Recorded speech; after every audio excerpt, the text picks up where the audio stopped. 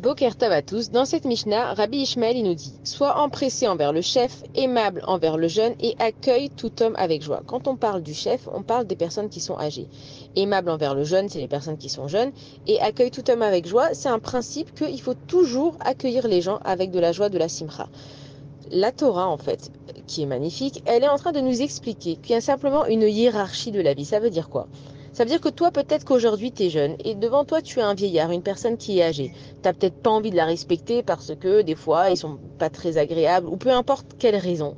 Et la Torah, elle te dit, n'oublie pas qu'en fait, toi d'abord, tu vas être à sa place et cette personne, un jour, elle était comme toi.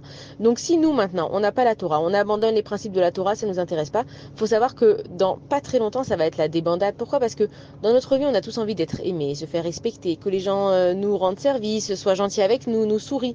Et quand moi je garde la Torah, en fait, je me fais plaisir à moi. Pourquoi? Parce que je montre l'exemple aux autres.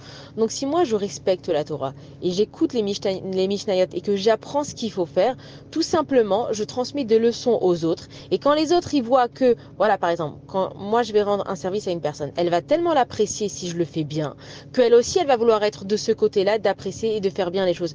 Et donc en fait, c'est ça la transmission de la Torah orale, c'est d'être un exemple. C'est bien de parler, mais c'est encore mieux de faire.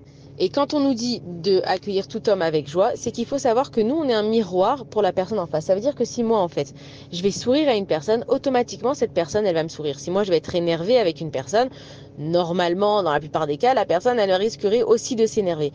Le mot Nathan, d'accord, ça s'écrit Nun Tav Nun, donc je peux le lire aussi à l'inverse. On dit que celui qui donne, en fait, il reçoit aussi. Ça veut dire quoi? Ça veut dire que si moi, je suis occupée à accueillir tout le monde avec joie, la joie aussi, elle va m'accueillir. Parce que dans le monde, c'est donnant, mida keneged mida, on a déjà expliqué ce principe. Donc Akadosh Baruch Hu, il nous donne tous les secrets pour être heureux, avoir une vie heureuse, être respecté et surtout respecter les règles de la Torah qui sont bonnes, non seulement pour les autres, mais en premier pour moi. Bonne journée à tous.